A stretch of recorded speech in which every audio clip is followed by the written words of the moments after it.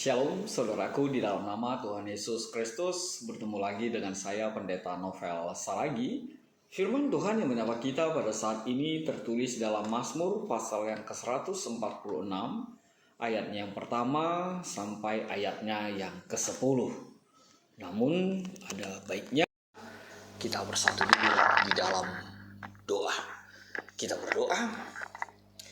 Bapa di dalam sorga, terima kasih Tuhan buat dimensi waktu yang indah yang Kau berikan bagi setiap kami. Satu kerinduan kami mau dengar-dengaran akan firman. Maka berfirmanlah Engkau Tuhan, sebab kami siap untuk menerimanya. Amin. Shalom saudaraku, di dalam nama Tuhan Yesus Kristus, sahabat terbaik dalam kasih Tuhan Yesus Kristus, seperti yang saya sebut tadi, bahwa firman Tuhan yang menyapa kita tertulis dalam Mazmur pasal yang ke-146, ayat yang pertama sampai ayatnya yang ke-10. Begini firman Tuhan, saya bacakan buat kita semua. Hanya Allah satu-satunya penolong. Haleluya, pujilah Tuhan, hai jiwaku. Aku hendak memuliakan Tuhan selama aku hidup, dan bermazmur bagi Allahku selagi aku ada. Janganlah percaya kepada para bangsawan, kepada anak manusia yang tidak dapat memberikan keselamatan. Apabila nyawanya melayang, ia kembali ke tanah. Pada hari itu juga lenyaplah maksud-maksudnya. Berbahagialah orang yang mempunyai Allah Yakub sebagai penolong, yang harapannya pada Tuhan Allahnya. Dia yang menjadikan langit dan bumi, laut dan segala isinya, yang tetap setia untuk selama-lamanya, yang menegakkan keadilan untuk orang-orang yang diperas, yang memberi roti kepada orang-orang yang lapar. Tuhan membebaskan orang-orang yang terkurung, Tuhan membuka mata orang-orang buta. Tuhan menegakkan orang yang tertunduk, Tuhan mengasihi orang-orang benar. Tuhan menjaga orang-orang fasik, anak yatim dan janda ditegakkannya kembali. Tetapi jalan orang fasik dibengkokkannya. Tuhan itu Raja untuk selama-lamanya. Allahmu ya Sion, turun-temurun, haleluya. Demikian firman Tuhan. Saudara yang diberkati dalam nama Tuhan Yesus Kristus, firman Tuhan ini, Mazmur Daud ini, bagi saya sedikit menggelitik gitu. Kenapa menggelitik?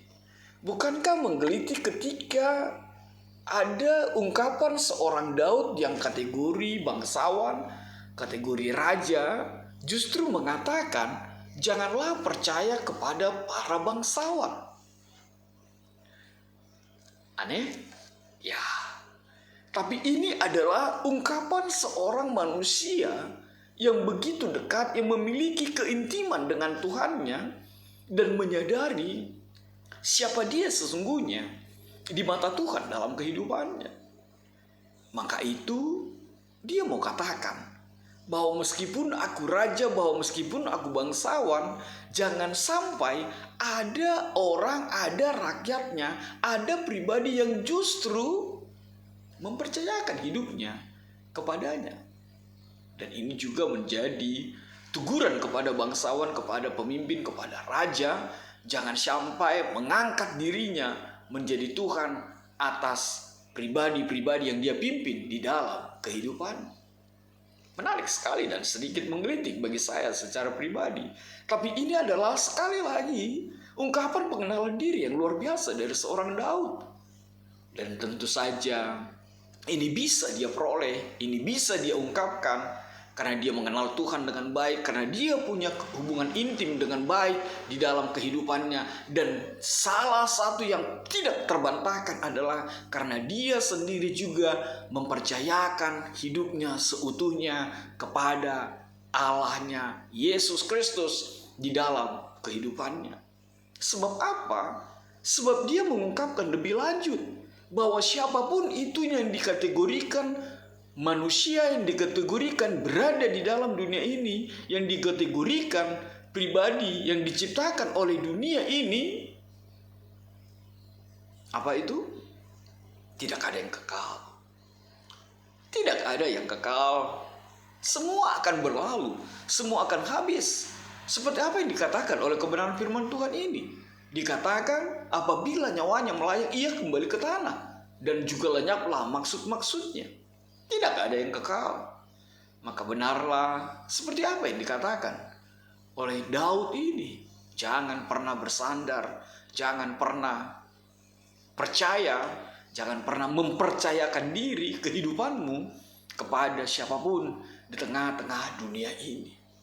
Ungkapan yang begitu luar biasa ini semakin diungkapkan oleh Daud dalam iman yang begitu luar biasa. Sehingga dia mampu mengatakan, haleluya, pujilah Tuhan hai jiwaku. Aku hendak memuliakan Tuhan selama aku hidup. Aku hendak bermazmur itu ya. Memuji Tuhan ya. Bermazmur bagimu selagi ku ada. Aku hendak. Ya benar itu ternyata lirik lagunya. Artinya apa? Daud juga meskipun dia menjadi bangsawan, meskipun dia seorang raja, dia tahu bahwa hidupnya juga tidak mengalami kekekalan, bahwa dia juga akan pergi. Sehingga dia mengatakan selama aku hidup. Kita baru disemperin, kita baru disuguhkan dengan kematian Ratu Inggris Elizabeth. Artinya apa? Raja, ratu pun akan pergi, akan meninggalkan kehidupan ini dan kembali kepada debu dan kembali kepada tanah. Seperti apa yang Tuhan firmankan di dalam kehidupan kita. Maka itu Daud menegaskan, selagi aku hidup, pekerjaannya adalah memuliakan dan bermazmur kepada Tuhan di dalam kehidupannya, memuji Tuhan di dalam hari-harinya.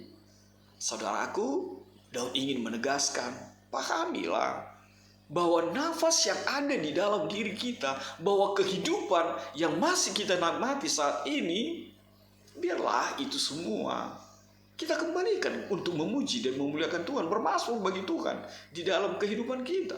Mumpung Tuhan masih memberi waktu. Bukankah lirik lagu itu juga mengatakan, mumpung diberi waktu. Hidup ini adalah kesempatan.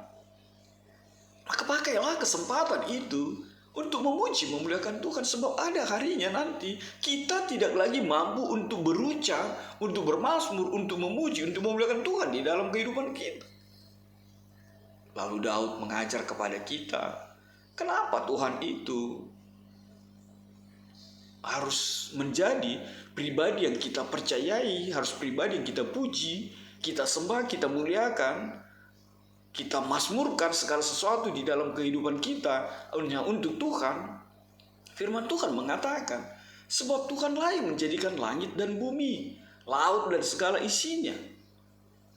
Sebab Tuhanlah yang menegakkan keadilan untuk orang-orang yang diperas, memberi roti kepada orang yang lapar, membebaskan orang-orang yang terkurung, membuka mata orang buta, menegakkan orang yang tertunduk, mengasihi orang benar, menjaga orang-orang asing, anak yatim, dan janda ditegakkannya kembali. Lihatlah, bukankah selayaknya lah, bukankah memang seharusnya lah, Allah itulah yang patut dipuji, dimuliakan dalam kehidupan kita. Selagi kita ada, selagi nafas ini masih Tuhan berikan dalam kehidupan kita. Dan lihatlah, bahkan Daud mengatakan, berbahagialah orang yang mempunyai Allah Yakub sebagai penolong, yang harapannya pada Tuhan Allahnya. Daud mau mengatakan bahwa orang yang berbahagia di muka bumi ini, bahwa orang yang berbahagia adalah orang yang mempercayakan, orang yang bertuhankan Allah, Yesus kita di tengah-tengah kehidupan kita, dan yang mempercayakan pengharapannya kepada Tuhan Allahnya di tengah-tengah kehidupan ini. Itulah yang berbahagia di mata Tuhan. Maka saudaraku, benarlah kebahagiaan sukacita itu menjadi milik kita. Ketika kita melihat, ketika kita semakin ditegaskan bahwa Tuhanlah menjadi penolong satu-satunya di dalam kehidupan kita. Dia yang membebaskan, dia yang memberi kita makan ketika kita kelaparan, dia yang membuka mata kita, dia yang melepaskan kita dari keterkurungan kita, dia yang menegakkan ketika kita tidak mampu untuk menatap, melihat masa depan kita. Dan satu hal yang tidak bisa kita lupakan, yang tidak bisa kita bantahkan, firman Tuhan mengatakan di ayat yang ke-9 yang terakhir itu, tetapi jalan orang fasik dibengkokkannya. Artinya apa? Bahkan musuh-musuhmu pun Tuhan akan patahkan. Bahkan niat-niat jahat, bahkan rancangan-rancangan jahat yang mungkin dihadirkan di dalam kehidupanmu sebagai orang percaya, sebagai pribadi yang selalu memuji Tuhan di dalam kehidupan kita, Tuhan akan patahkan, Tuhan akan bengkokkan di dalam hari-hari kehidupan kita. Maka saudaraku, di dalam nama Tuhan Yesus Kristus, di sini kita melihat hal yang luar biasa sekali. Dikatakan oleh firman Tuhan ini, yang pertama, Daud bukan berujar atau bukan mengajak orang lebih dahulu untuk mengimani, percaya dan memuji Tuhan. Tapi dia yang pertama sekali dicekoki bahwa dimulai dari dirinya sendiri memuji, memuliakan Tuhan, lalu dia dimampukan untuk mengajak orang lain memuji dan memuliakan Tuhan di dalam kehidupannya.